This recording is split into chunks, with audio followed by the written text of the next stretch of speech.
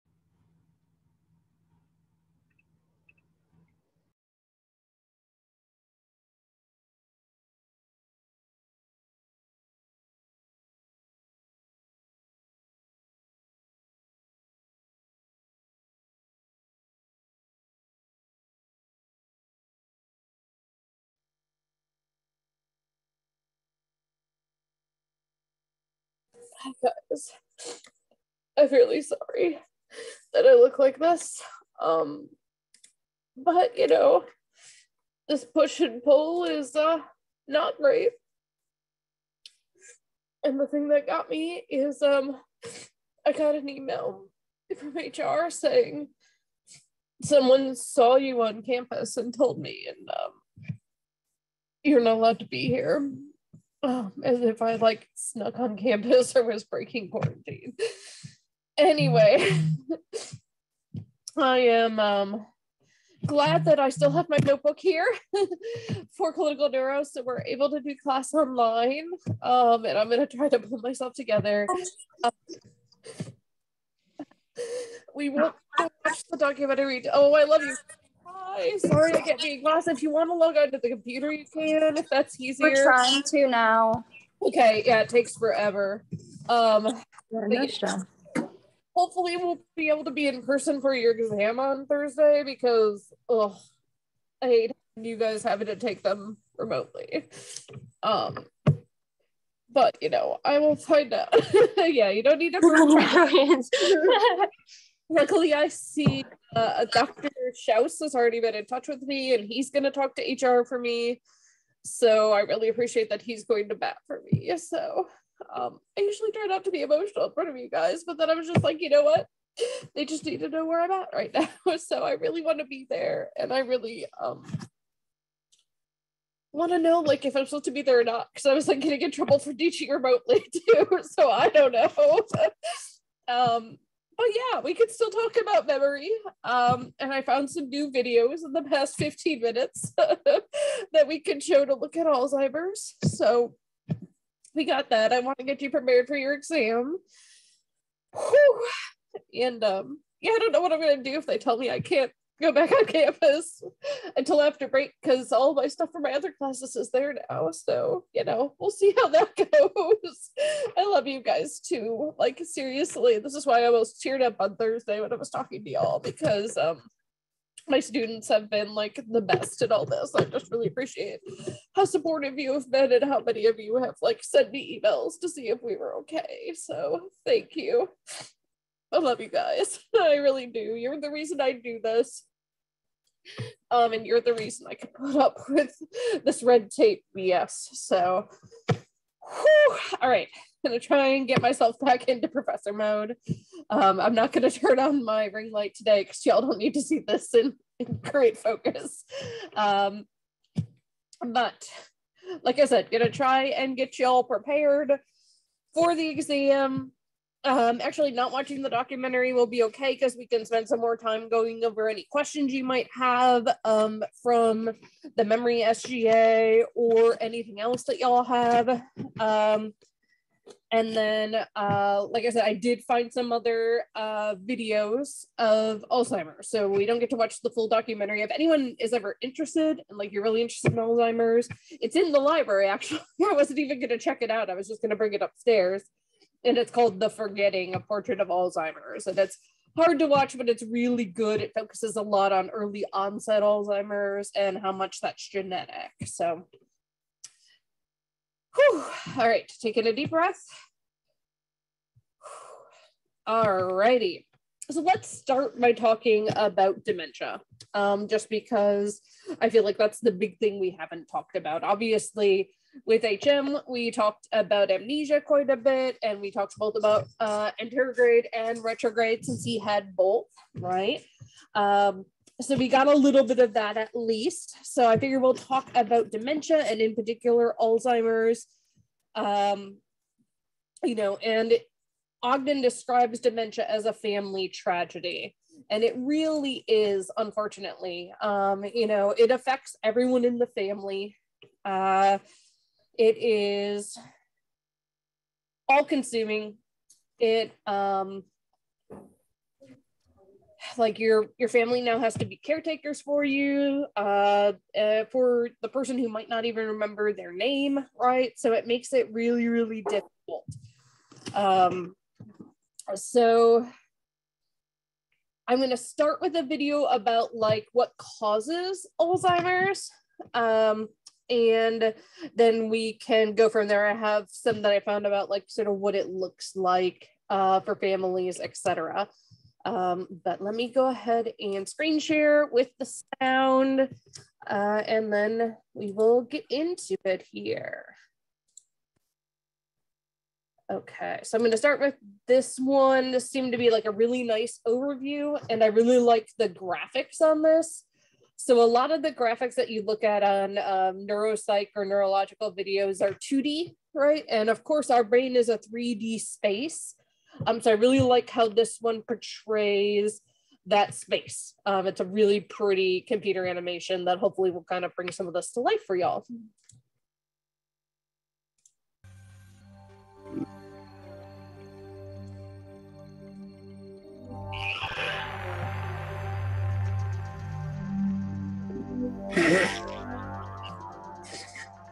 Over a century ago, a German doctor called Alois Alzheimer spotted anomalies in brain sections from a patient with dementia. Ever since, people have been studying the strange plaques and tangles that he saw, in the hope that we could one day understand and cure what is now known as Alzheimer's disease.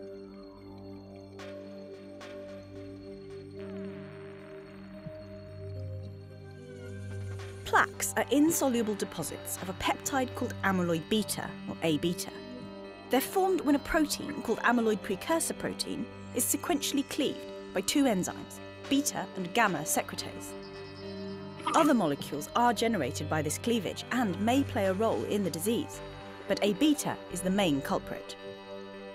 A-beta tends to misfold and become sticky, eventually clumping together to form soluble oligomers. Some of these aggregate into large insoluble fibrils that deposit in the brain as plaques. The oligomers come in several forms or species. We don't know exactly which species are toxic, but research shows that they weaken communication and plasticity at synapses. This could be what stops the brain from forming or retrieving memories. Neurons aren't the only cells affected in Alzheimer's disease. Astrocytes and microglia also play a role.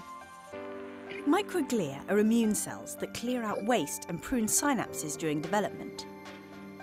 Microglia take up A-beta, but they also get activated by it, triggering the release of inflammatory cytokines that can damage neurons. The microglia also start to remove synapses by phagocytosis. As synapses start to malfunction and neurons die, abnormal patterns of activity emerge, and eventually, the brain can't process and store information properly. Another key feature of Alzheimer's disease is neurodegeneration. Neuronal death and damage is triggered by A-beta, but some of A-beta's effects seem to be mediated by another protein seen in the brains of patients, tau, a component of tangles. In a healthy neuron, molecules are carried along the axon on a series of tracks, made of microtubules and stabilised by tau. But in Alzheimer's disease, tau is modified, causing it to dissociate from the microtubules, adopt an abnormal shape, and move from the axon to the cell body. Like A-beta, tau comes in a variety of forms, and we don't know which ones contribute to the disease. And like A-beta, these forms either remain soluble or stick together and deposit as the tangles that Dr. Alzheimer saw. Eventually, these processes kill the neuron. Another problem, seen in animal models, is that misfolded tau proteins can spread across synapses into healthy neurons. There, they make healthy tau proteins start to misfold as well, spreading pathology across the brain. The pattern of spreading through the different brain regions matches the changing symptoms from early to late stages of Alzheimer's disease. This pattern also reflects how certain neurons are more vulnerable than others to dying. Despite these advances in our understanding of Alzheimer's disease, no cure exists. While drugs are being developed to target amyloid beta or tau, it's unclear whether they will eventually be successful in treating the disease. There's only one certainty. Continued support for basic and clinical research will enable us one day to diagnose and treat this devastating condition. Alrighty, so again, I like that video because of the 3D nature of how it portrays it. That really is what these things look like, or at least a closer approximation in the brain. So I appreciate that. A couple things. So when they were saying A-beta, which I love, it sounds like Evita, that is A-beta or amyloid beta, okay? I'm going to spell amyloid wrong, so let me make sure I copy it right from my notes. And so if you've ever heard of amyloid plaques, they're made up of this. And so that is, they think, basically the primary pathology that happens in Alzheimer's disease. It's, you've got this gunk and sludge in your brain, basically. And then you also have neurofibrillary tangles. And this is where those microtubules that they were talking about that's supported by the tau, when they don't have the support anymore, in addition to decomposing, they can kind of get all knotted up with each other. So think about, like, if you have a necklace and you take it off and it gets tangled like that, or the best analogy is probably Christmas lights. If you just threw them in the box the year before and then you take them out, right? It's not good. So definitely something to look at there. Okay, I'm gonna stop sharing for a minute just so you can see me a little bit more clearly while we talk about the midterm, which again, hopefully will be in person. I may get a call from Dr. Schaus while we're talking. If not, I should know very soon after this class. If it's not, I'll put it on Blackboard. You'll be able to answer it that way. It's just so much better if you can write it, I think. But let me tell you what the format will be regardless of where I'm giving it. So we start with multiple choice, and there's a lot of multiple choice. So and these are worth 1 point apiece, and there are 45 of them. And so 45 points total.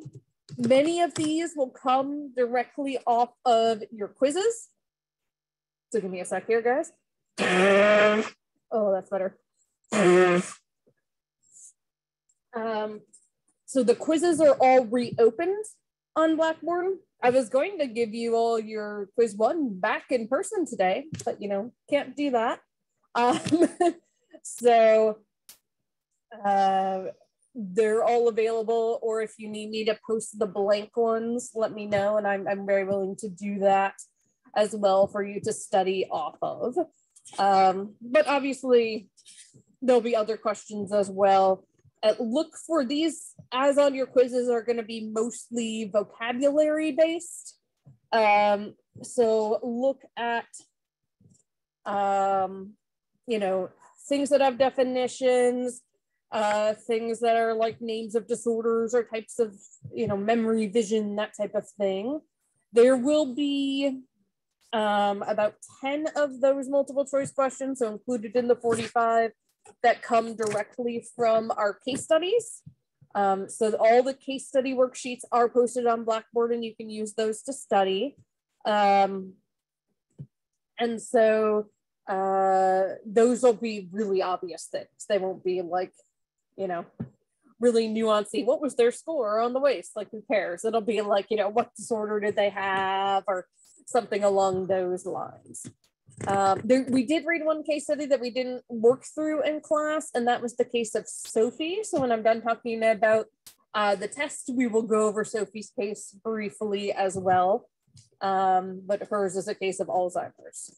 You have 5 possible points extra credit, which I'll need to change because it was based on the documentary I can't show you, but that's okay.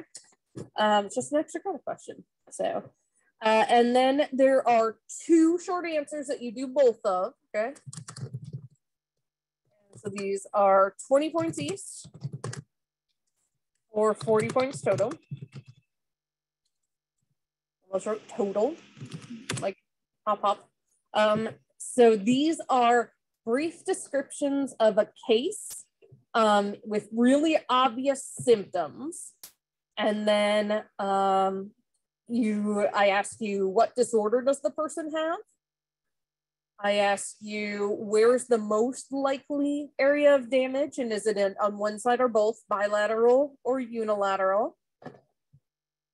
If you were going to do neuropsychological testing, what tests might you use? So for these, the most common, this is like part C on any of these short answers, the most common place where people get points off on the midterm and then again on the final is this part, where people just are like, I would like give them some tests or I would give them a CT scan. If you're a neuropsychologist, right, you're not the one giving the CT scan. You're going to be doing stuff like memory tests, you know, the Ray complex figure test, an intelligence test, things like that. So go back to our chapter on assessment, and you can review, you know, the names of the tests and what they test for. And again, you don't need to know all of them, just kind of know like generally what they do and be able to name 1 or 2 for sort of each disorder we've talked about, or each group of disorders.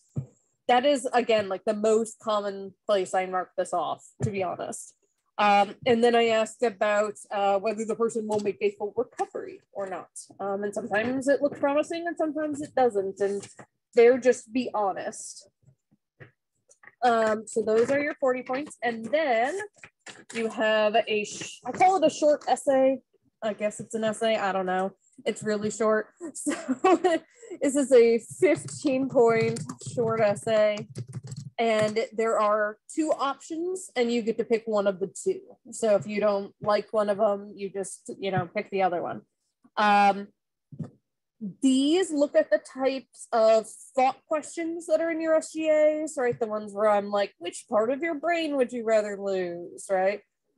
So they will be things that you can like pull in, things we've learned, but there will be an element of opinion to them as well. And as long as you support that opinion with something we've learned, that's fine. Like, I don't care if you agree with me, disagree with me. I don't even know if I have a clear opinion on all of these, to be perfectly honest. So that's the exam. Typically people can finish it in the hour 15 without a problem. If, you know, you do need extra time, if we're in person, I can give you like 10 extra minutes because there is a class that comes in after ours. Or, you know, we could move somewhere else out in the library. If you are remote, I can like give you a lot of extra time if we need to. But like I said, the vast majority of time people finish this within the hour 15. I think the only people that take longer are people who just write a lot for things, which like respect, because I used to be that person. All right, questions about the midterm? If we did both of the short essays, could we get additional extra credit or not? I'm gonna say no, just because there's no way you can do that in the time given. If that makes sense, you have to go over. Yeah, but you do, like I said, you do have 5 possible points for extra credit. So, and don't forget, pretty soon our Psych 480 students should start posting stuff on Sona, probably not too long after fall break. So you'll be able to start doing the studies for extra credit too. Other questions? Let me reshare screen here and just remind you where everything is on Blackboard as you go to find everything when you go to study. So if you go to recordings, this is where you can find me. All of the recordings are posted on my YouTube channel, which is associated with my VWU email address. And so if for some reason you can't find one of the links or it's not working, if you just search Taryn Myers on YouTube, I don't know if it'll come up since I'm like in my own account, if that makes sense. But yeah, I should come up. So you will find there's actually a whole playlist for our recordings. And not that super secret, but if it's helpful to you, you will also see another one that says Psych 313. And this is when I made this an online class. So these are much shorter and just sort of focus in on issues students typically have problems with. But if you feel like it might be helpful to watch me talk about those things in sort of 10 to 20-ish minute videos, feel free to watch those as well. But yeah, all of our class videos as I get them. Oh, look, guys, I have 43 subscribers instead of 12 now. Exciting. I'm totally an influencer. All right, so there's your recordings of class.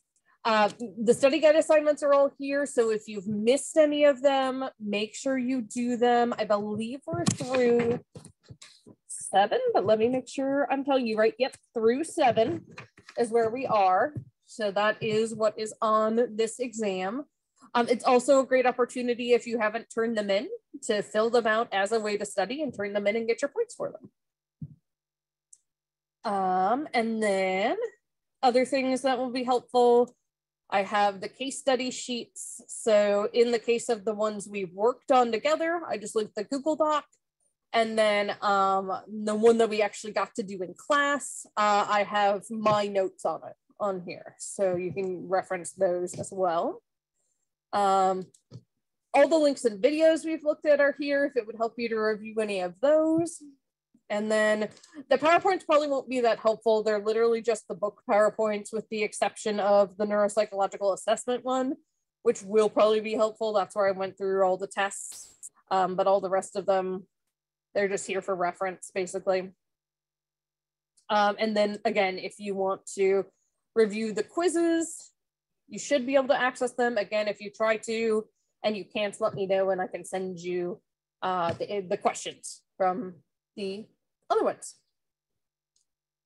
Alrighty. Any other questions about the midterm?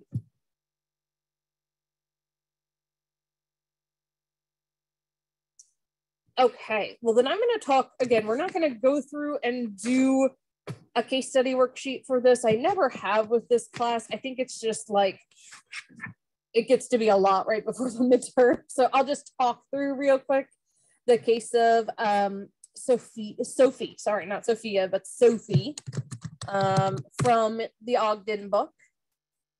And so Sophie is a case of early onset Alzheimer's disease, which is largely what that documentary, The Forgetting, is about as well. And so Sophie was diagnosed at age 51. So we typically think of Alzheimer's as something that you get when you're in your 60s, 70s, maybe later. And certainly the percentage of people who have Alzheimer's increases as people age, maybe not surprisingly, right? And so, to be diagnosed at 51 is unusual. People have been diagnosed, I believe, as young as their 30s. So like younger than me is a little mind-boggling. But with early onset, it's typically caught in the 40s or 50s. So again, that is the type of Alzheimer's that has the clearest genetic link where like whole families will get it basically. And for that type of Alzheimer's, you know, like it onsets so soon. Sophie's mom had been diagnosed at age 65. So again, you see this genetic link.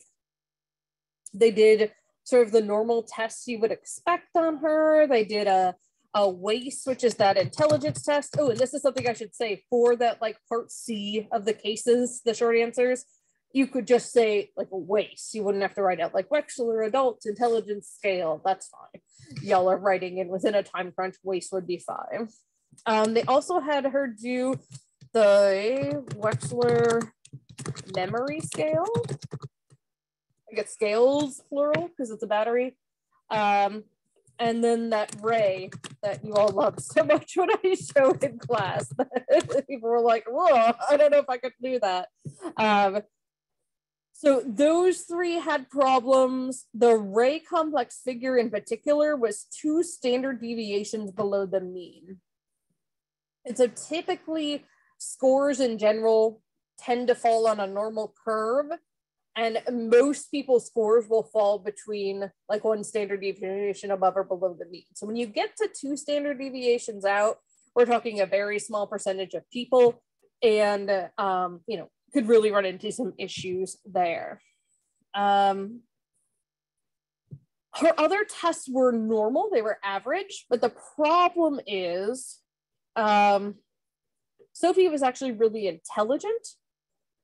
So average shouldn't have been average for her, if that makes sense. It'd be like Einstein going in and getting an intelligence score of 100, right? Which is the average IQ score. Like, probably not.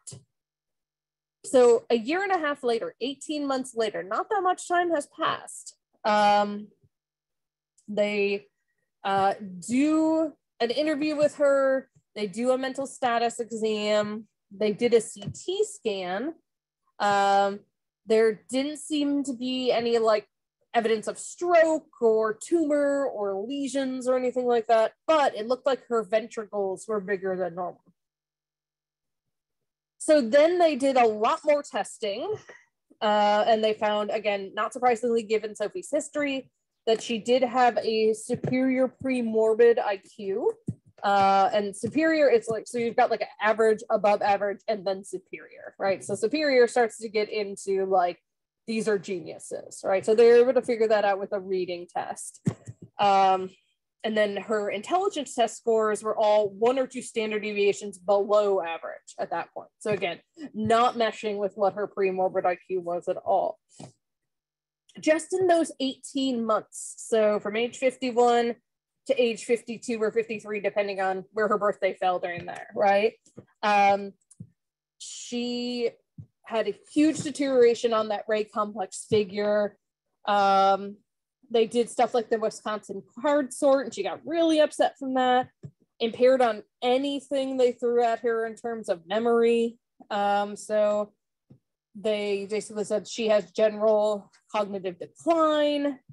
And so then they figured out she has Alzheimer's. They referred her to a support group. And Ogden actually saw this person. Not all the cases in the book are ones Ogden has seen, right? So like HM is an example of that. But Ogden actually saw this person. So Ogden did individual therapy with Sophie to give her support. And her family would come to sessions. And then she remained at home for 4 years. So pretty good, right? Considering her decline. She was placed in the hospice when she needed full-time care. And after 6 weeks in hospice, so again, that quickly, she became completely mute and couldn't recognize anyone. So she died soon after that. So Alzheimer's is insidious. It can creep on and just look like normal forgetting, basically. And so people can be like, oh, I'm aging, right? And miss it. And it creeps up and creeps up, and it can take 10 to 15 years from onset of symptoms to when someone dies, but that can end up being a really like slow and painful death. And sadly, in Sophie's case, it was almost like blissfully short. Yeah, Miranda, this is sometimes where your clinical skills come into play when you're giving these assessments, right? Like sometimes you have to figure out in the moment what will help this person persevere through the rest of testing, right? Oh, Debbie, the part about her son, yeah, these are devastating sometimes, right? But yeah, so you know, these people, I think of an example when I was testing someone who just had a lot of anxiety as well as some memory issues. And I may have mentioned her either in this class and other classes I've been in, where she would be like, oh, snap. That's how she reacted when she wasn't sure about things. And so the whole time, normally when I'm doing stuff, I just like go on to the next item, but I have to be like, you're doing great. Let's keep going, you know, you're doing great. And you can't tell them whether they get it right or wrong in the moment. But, you know, like I took a lot of encouragement to get that woman through. And I can imagine Sophie would be the same way. So we saw in the video about the plaques and about the tangles, right? So it really is this brain pathology and it kind of affects memory first and then goes throughout the rest of the brain. Oh, Emily, I'm so sorry. It's so hard when this hits a member of your family. So my heart just goes out to you. It's really, really tough. And unfortunately, Emily, I mean, that's a second degree relative, but my next statistic isn't great for you, that if you have like a parent, a first degree relative who has it, you're twice as likely to get it yourself. That's what I'm kind of nervous about, because as of like everything that we had read, my mom, sometimes I can pick up on things she does, and it's probably going to be genetic, because I think on my dad's side, his mom, on my dad's side, my grandma's mom had Alzheimer's, and my grandma has now like dementia. So hers, it's mostly genetic, and that's what I'm afraid of. But hopefully as time, like with time and everything, like they'll have new studies come out and everything. But that's like one of the fears. Like I don't want like. Oh, I understand. Like dementia and like being sort of trapped in your own mind is one of the things like I'm most afraid of personally. But yeah, so I know like if it is early onset, for example, they can do genetic testing for it. So that's something like as you get older, you can decide whether you want that done, if you want to know or not.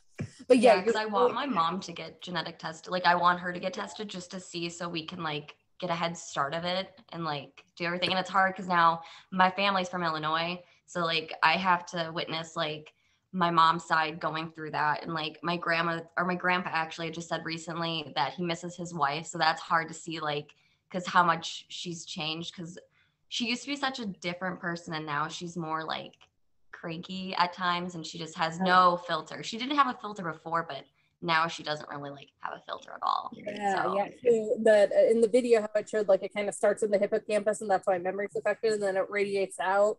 Right, one of the first places it radiates is to the frontal lobe, which is where things like temperament and emotions are stored. So that's really common, unfortunately, in Alzheimer's, is to have people who were really sweet become ornery or difficult to work with. Yeah, and you can understand why. Like they're probably petrified because they don't understand what's going on, right? Yeah. But yeah, just to like make you feel better, Emily, when I was searching for our new videos for today, there were videos from like 3 months ago of a new treatment that just came out. So they are literally discovering new stuff every day. And so, you know, hopefully 20, 30 years in the future, even if you are, you know, genetically inclined, they'll be able to do something for you. So yeah, that's so hard, right? The other thing that seems to be related to prevention of Alzheimer's and other dementias are a couple things. So I have one neuropsych paper that's published ever.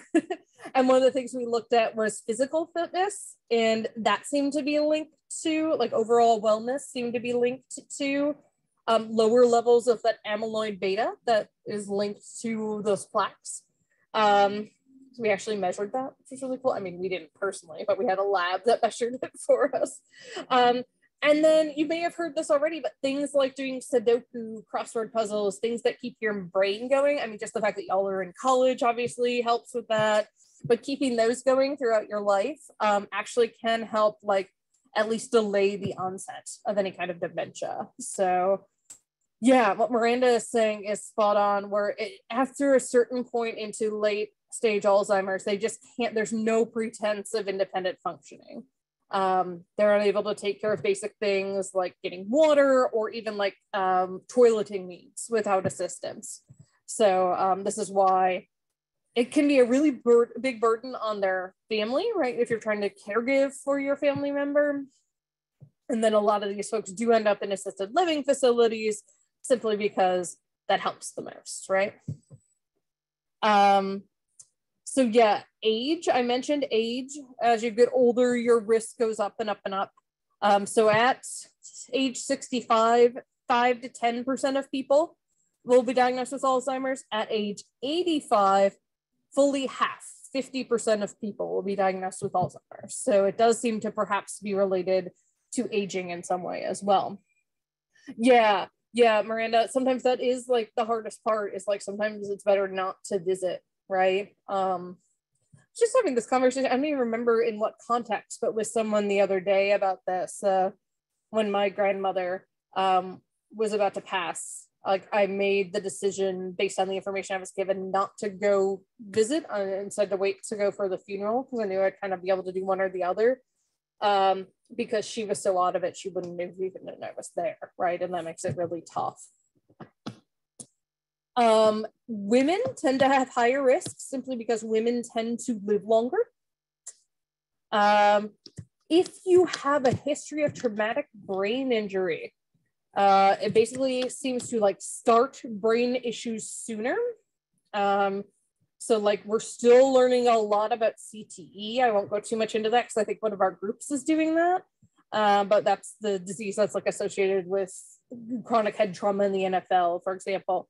That may be linked to Alzheimer's as well as, you know, the pathology of CTE itself. And then major medical conditions like heart disease and cancer perhaps also seem to be related.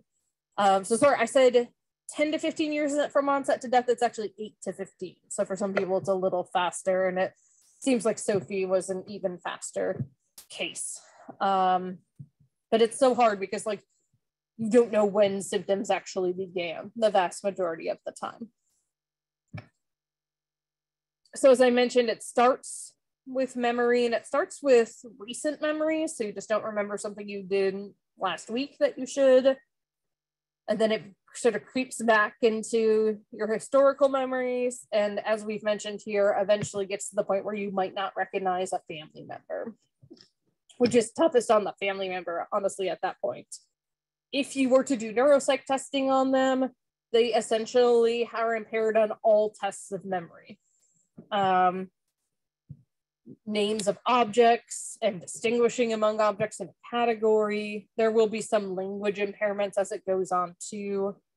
And again, like it starts, the mild one can just look like normal aging. It's memory impairment, word finding difficulties, and executive dysfunction. So having a hard time keeping tasks in order. And I think like the vast majority of us, even though none of us are like even necessarily at, I mean, I guess technically I might fall in that early onset stage, right?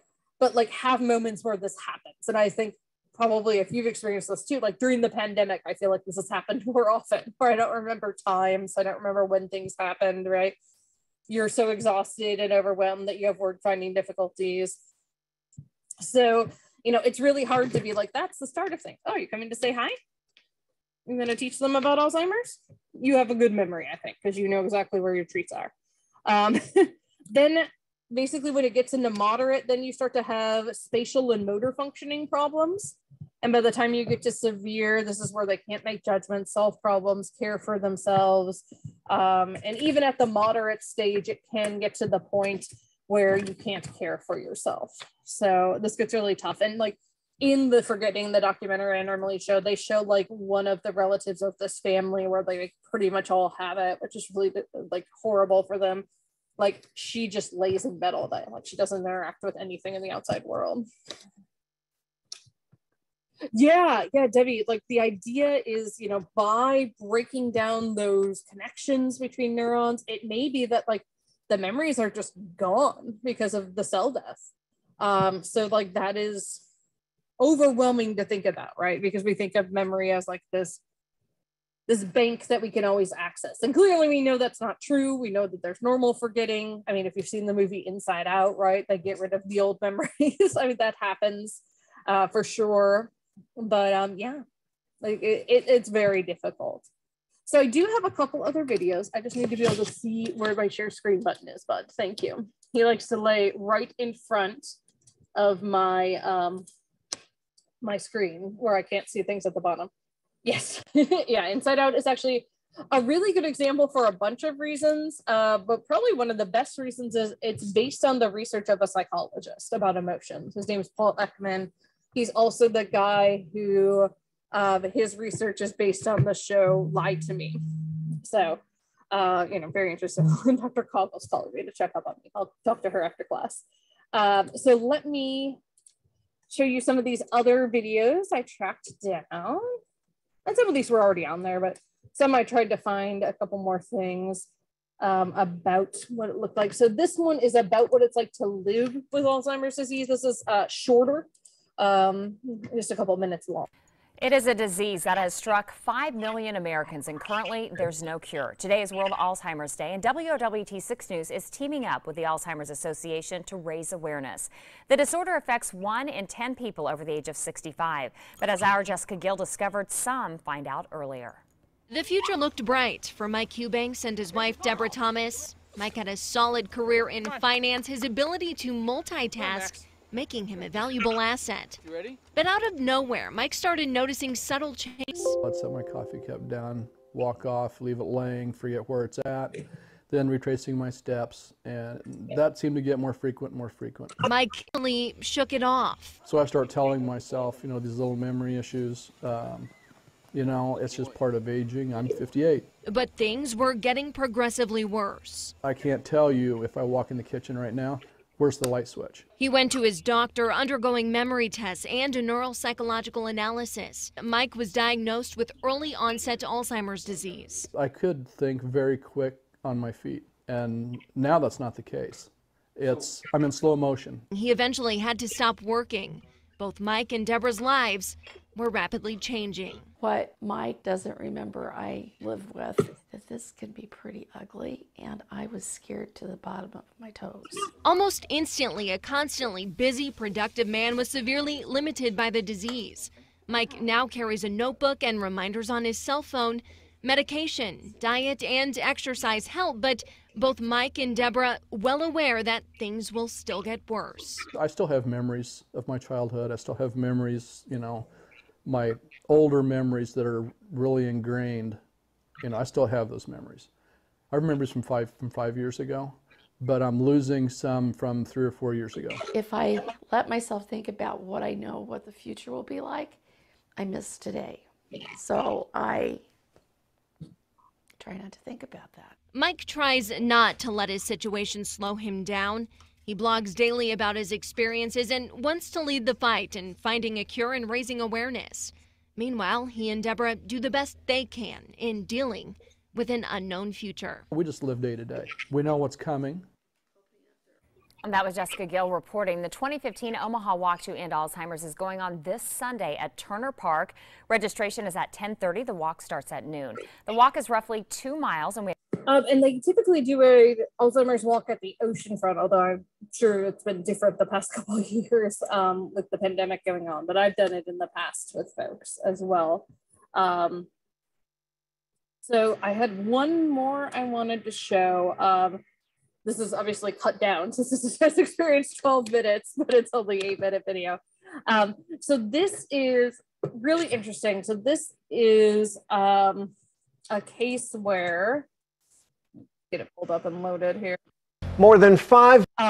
You have a person who's living with a parent with Alzheimer's, and they essentially don't understand why they're doing the things they do. So they make some adaptations essentially to help this guy understand what it's like for his mom to navigate the world. And so you'll see how they do that. 5 million Americans live with Alzheimer's disease. It's a long, hard road, not just for those who suffer from the disease, but also for the caregivers, children tasked with caring for an increasingly dependent parent. 4 years ago, ABC had the chance to put cameras inside a Texas home as a couple took on this terrible challenge. And my co-anchor, Cynthia McFadden, has followed the family ever since. Cynthia? Terry, one of the things we learned over these years is just how little most of us really understand about the disease itself. I thought I knew a lot about Alzheimer's, but after Blaine and I took part in an experiment simulating what it's like to have the disease, I found out I didn't. It was 12 minutes that changed my life. I love you, Mom. Blaine Wilson's mother, LaWanda, came to live with him 4 years ago. He'd just married his new wife, Georgia, 5 weeks earlier. Blaine soon learned it was much harder than he thought. Oh, God. Blake! She's going to drive her car. And later, she did. She lit fires. She wandered off. But LaWanda doesn't look sick, and she often seems fine, which makes it hard for Blaine and Georgia to understand how limited she really is. And that leads to frustration and resentment. Just tell her to wash her clothes. I'm tired of washing. I bet you $100 she knows what to do. Are you afraid? I mean... No, I'm not afraid. You know, it's my mother. You don't understand. The more we watched the tapes, the more it became apparent how little Blaine and Georgia really understood what was happening to LaWanda's mind. Do you really feel you understand the world your mother now lives in? No. What's going on in her head, her brain? I have no idea. I have no idea. I need to understand that, then. I need to know what it's like. So I told Blaine about an experiment developed by P.K. Bevel and administered by her colleague Lori Labershak. The experiment helps families and caregivers actually experience what it's like to have Alzheimer's. I understand it's a pretty rough experience. It needs to be experienced. If it'll help me to understand, I would love to. I agreed to undergo the experiment with him. Could you have a seat, please? Our journey into another world begins here, in this bedroom, where Blaine and I are suited up with some deceptively harmless-looking devices. Goggles simulating macular degeneration, glaucoma, and cataracts, conditions that older people with Alzheimer's often have. Likewise, latex gloves are placed on our hands, and our fingers are taped to make our hands feel arthritic, clumsy, hard to bend. Remove your shoes. A substance is placed inside our shoes to make it harder for us to walk. Ooh, that is uncomfortable. And on our heads they place earphones, which emit an incessant jabbering, a clamor of noise that some Alzheimer's patients say is constant. Individuals with dementia say, we're hearing all this stuff and they can't turn it off. Then we're each given 5 tasks to perform, and only 12 minutes to accomplish them. I'd like you to find the tie and put it on. I can't hear you. Blaine has a hard time concentrating from the start. Your time begins now. As he enters, Blaine is immediately disoriented. He staggers, reminding us of the way his mother looked on our tapes.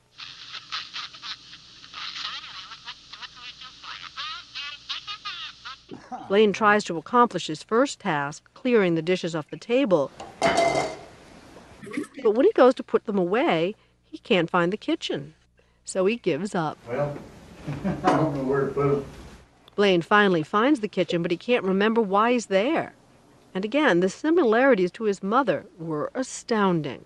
She would open the cabinets, and then she would shut them. Mother, what are you doing? Nothing? But Blaine is doing a lot better than I am. What the heck is this? It's only about 2 minutes into the experiment, and the noise from the headset is driving me crazy. God! So annoying! As I try to accomplish my first task, find a white sweater, I work myself into a frenzy. White sweater. Remember, what I'm hearing is this. No. And believe me, it drives everything else out of your head. Annoyed! This is tough. I felt confused, kind of panicky. If I had to go through very much of that, I just might go crazy. All right, that's not a sweater.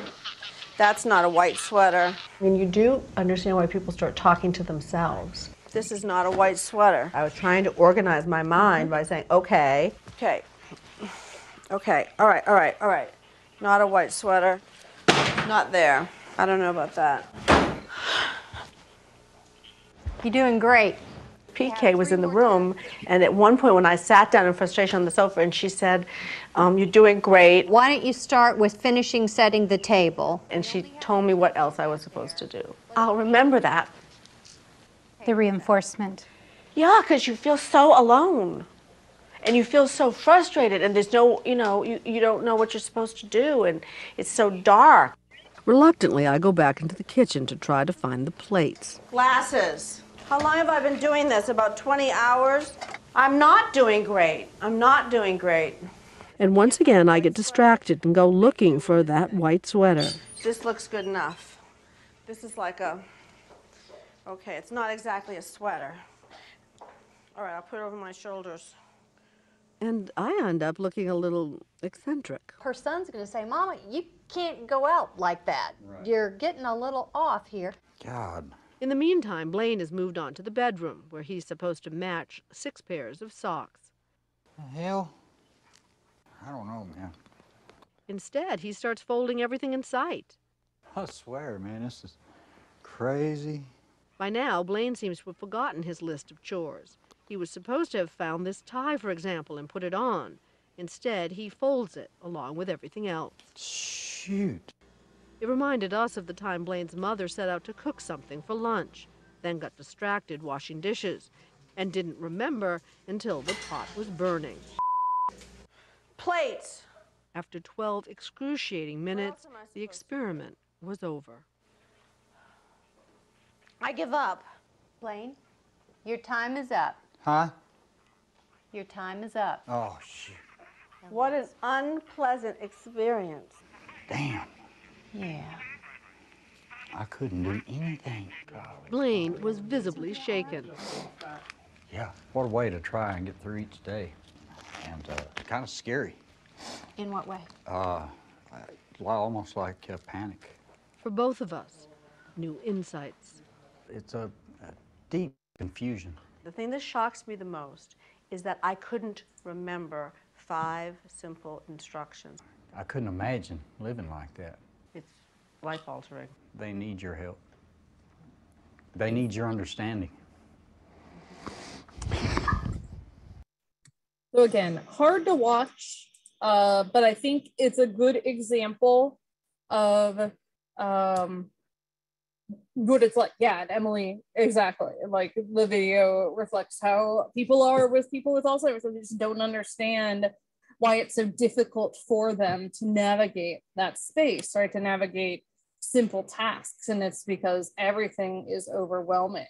I have a similar video I show when I teach about schizophrenia and abnormal, where they had Anderson Cooper wear headphones and listen to voices, like simulate voices in your head.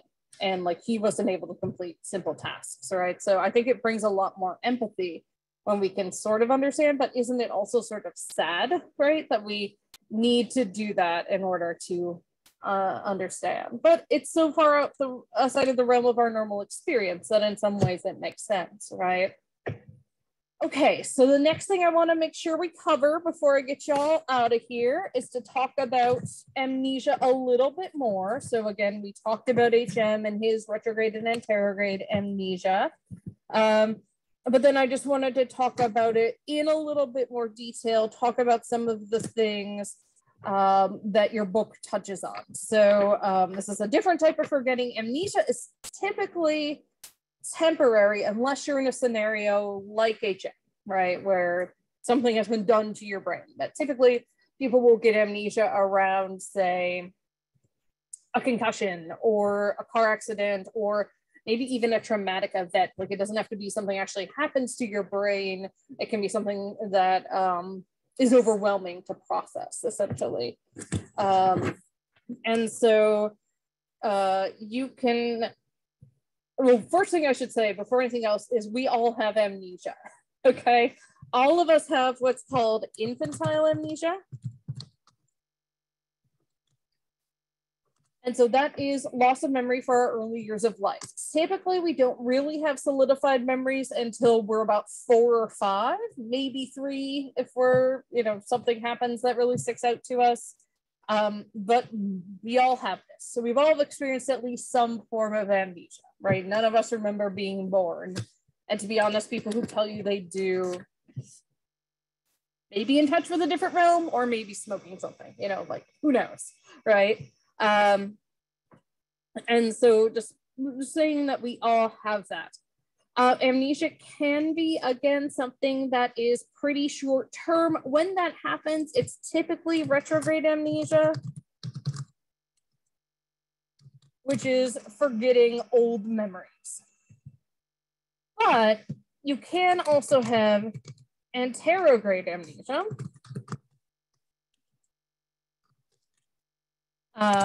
And that's where you have difficulty making new memories. And so you can have a global version of that, of anterograde amnesia, where you basically can't form new memories in any way. If you remember, HM could learn to do new things.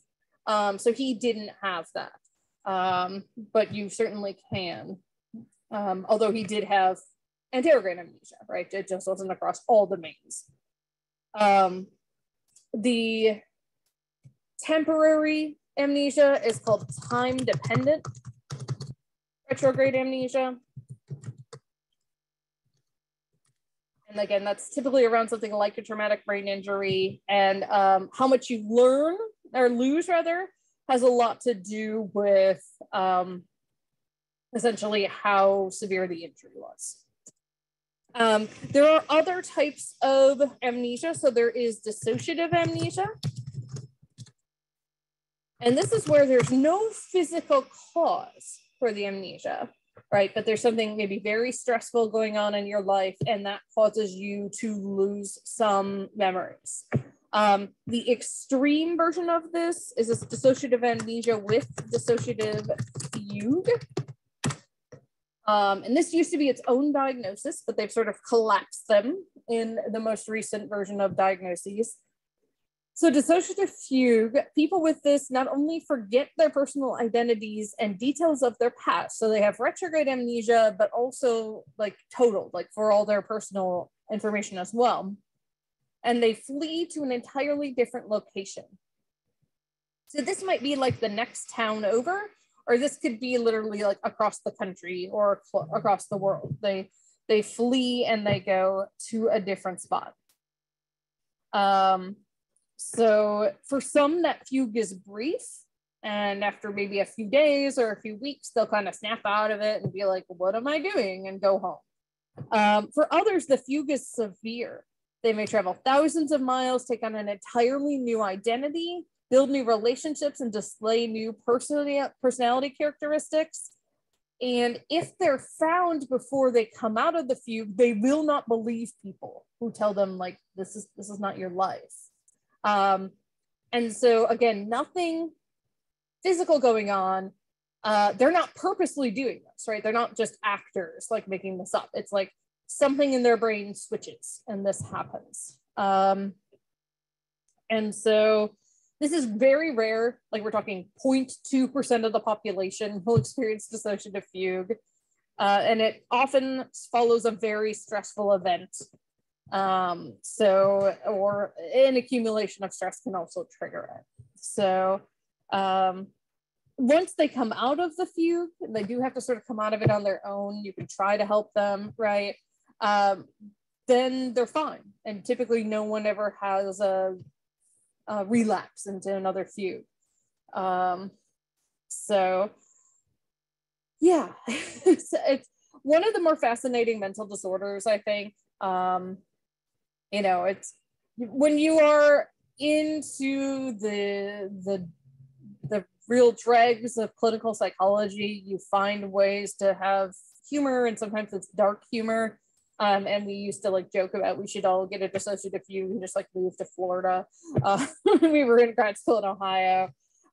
Probably shouldn't joke about mental disorders, fully aware of that.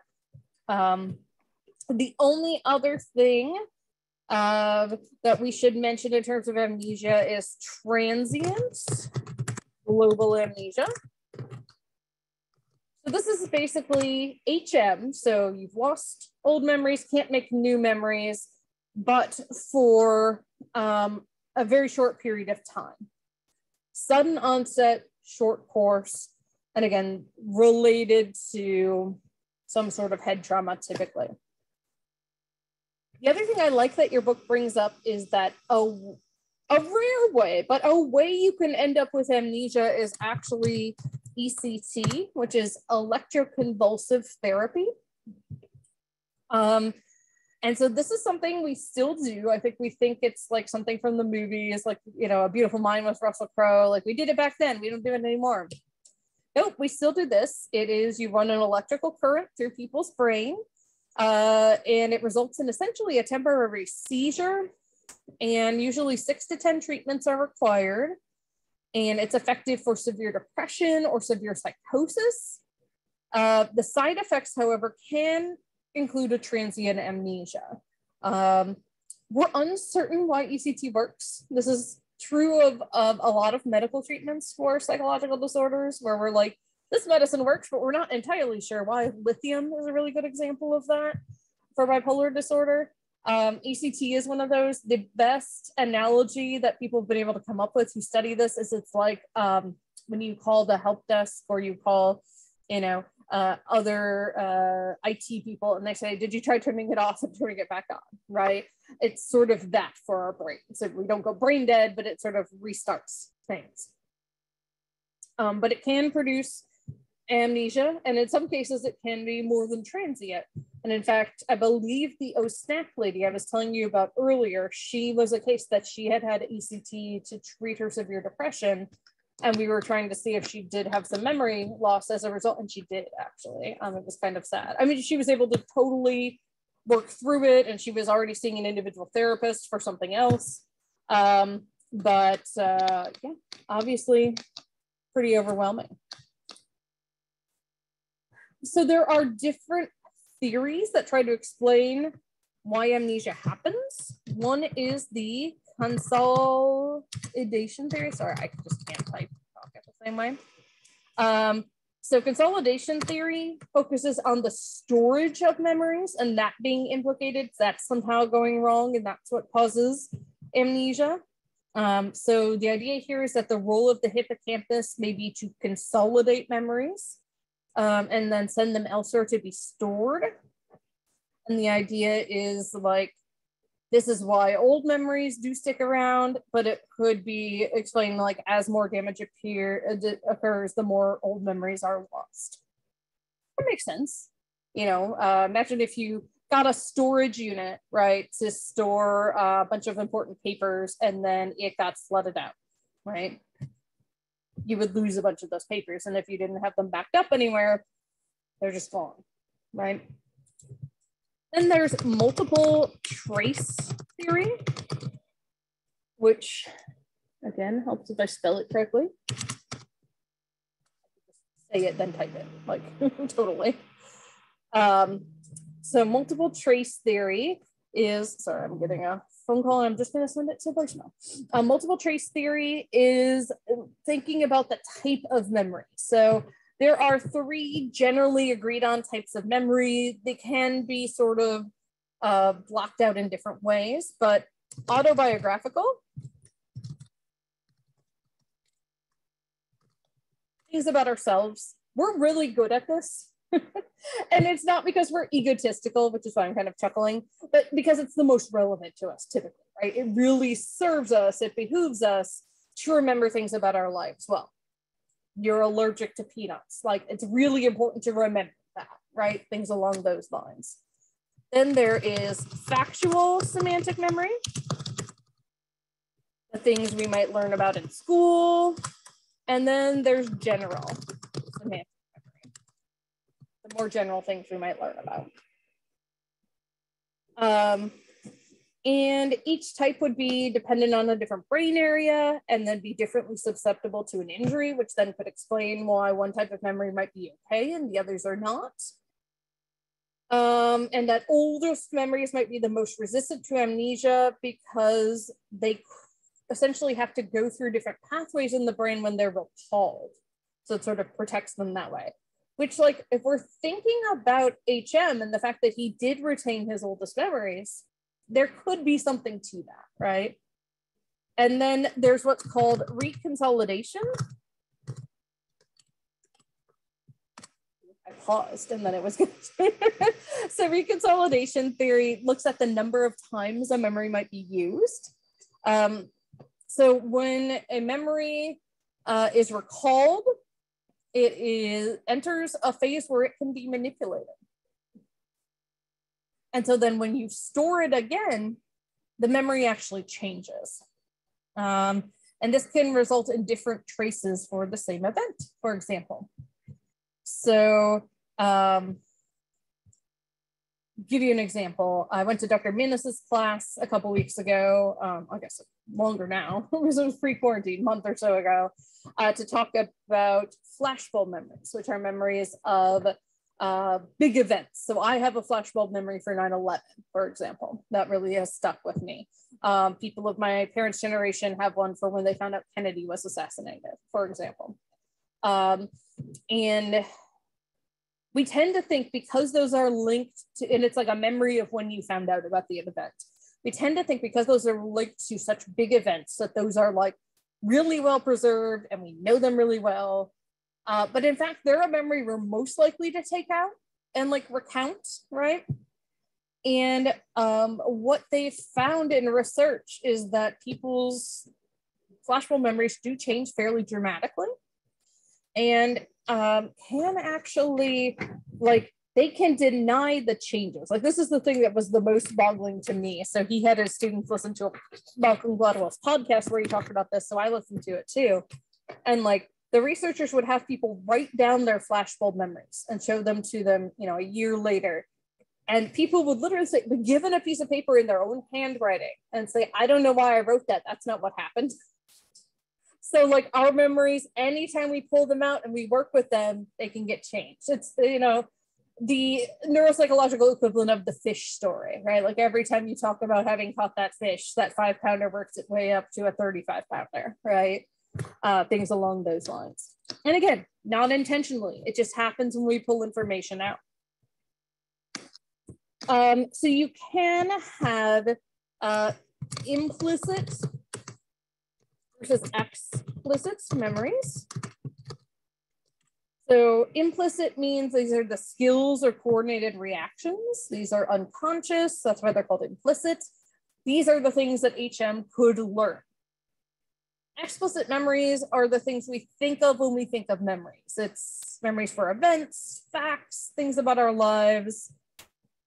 You have to like consciously and intentionally remember, right? So like implicit memory, the idea is like, oh, it's like riding a bike, right? And the idea is because you learned how to ride a bike, you can jump back on and ride it no problem, right? It's silly example, but I could give you the example of like tying your shoes, right? There were times last year during the pandemic where I probably didn't wear shoes for days at a time because I was just here and I taught in like slippers, right? And I still remembered how to tie my shoes, right? I didn't have to like sit down and relearn how to do that. We also can have emotional memories. These are memories for affective properties of stimuli. So what this means is like, you have an emotional memory tied to some stimulus, and it could be like a more complex memory, or it could be something as simple as a scent, right? So people talk about smelling cookies baking, reminding them of their grandmother's house, right? Or something along those lines, and getting like that warm feeling. So yes, we have these different types of memory, and each can be kind of broken down into different ways. So we talked about explicit memories.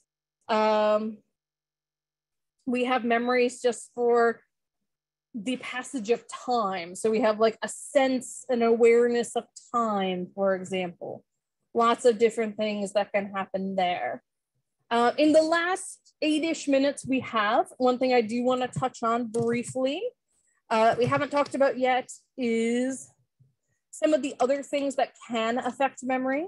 So for example, certain STI scans, sexually transmitted infections like herpes. There's a type of herpes called herpes simplex encephalitis, where you actually get temporal lobe damage that leads to anterograde amnesia. And another one that's a big one that affects memory is Korsakoff syndrome.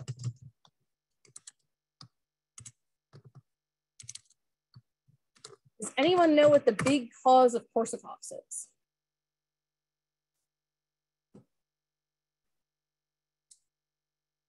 Drinking, yes.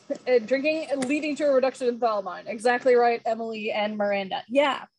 So this is something we see in long-term heavy drinkers. So these are folks that are drinking multiple drinks every day. I think back to when I was in grad school, I lived in this like adorable little townhouse. It was down the street from an alpaca farm, nice little community. And there was this guy who had declared himself the mayor of our townhouse community. No one elected him, right? He just said he was the mayor. And I would see the mayor every day. At least he would walk to the grocery store, wasn't that far away, maybe a quarter of a mile, and would come back with a 24-pack of beer. And then he would walk the next day to do the same thing. The mayor probably was a candidate for having to evaluate for Korsakoff syndrome, right? So it has to be, it's not like doing some fun partying, right? It's gonna lead to this if you're doing that occasionally. This is like chronic, you're beating up on your body. And so what happens here is when you drink a lot, and some of you may have experienced this just like drinking casually, you know, most alcohol has a decent amount of calories in it, right? Unless you're drinking like a light beer, which usually kind of tastes just like water and urine, right?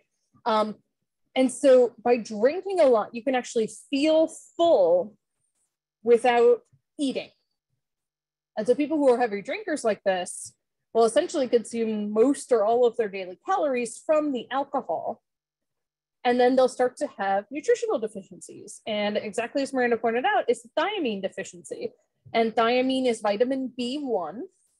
And when you have a deficiency in that, you have damage in the medial thalamus and the hypothalamus and just general brain atrophy.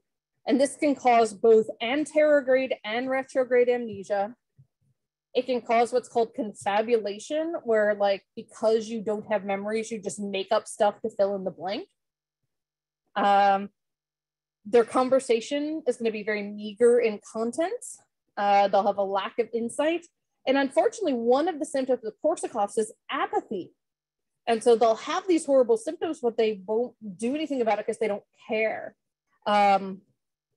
And so, interestingly, when this first started coming out to the light, I think it was like the 80s or 90s, the alcohol company's solution to this was not to run like anti-alcoholism campaigns, like we see the anti-gambling campaigns. It was to put vitamin B1 in their beverages, because then they don't lose their best customers. Capitalism can be a heck of a thing, y'all. Yeah, exactly. For heaven's sake, who's right, Debbie?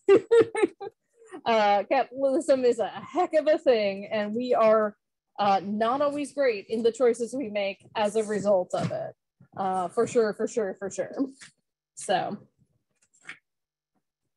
alrighty, I think that's everything I want to make sure we covered before the midterm. So, hey, we got through it all. I don't even know whether like reshelve this or like put it in my bag to go to campus. Let's put it over here, and then I'll be really happy when I get to come to campus. I will just keep you updated in terms of what I am allowed to do. And hopefully by the end of the day today, I'll be able to tell you whether I'll be on campus Thursday or not. I know I've gotten some calls while I was on this with y'all. So hopefully, you know, one of those will be, it's okay for you to come to campus, or a definitive, don't come back till after October break. So I know one way or the other. Yeah, thank you again for being super flexible as usual, for being so supportive. I really appreciate it. And I just love teaching y'all. So I'll hang around for a couple minutes in case anyone has individual questions.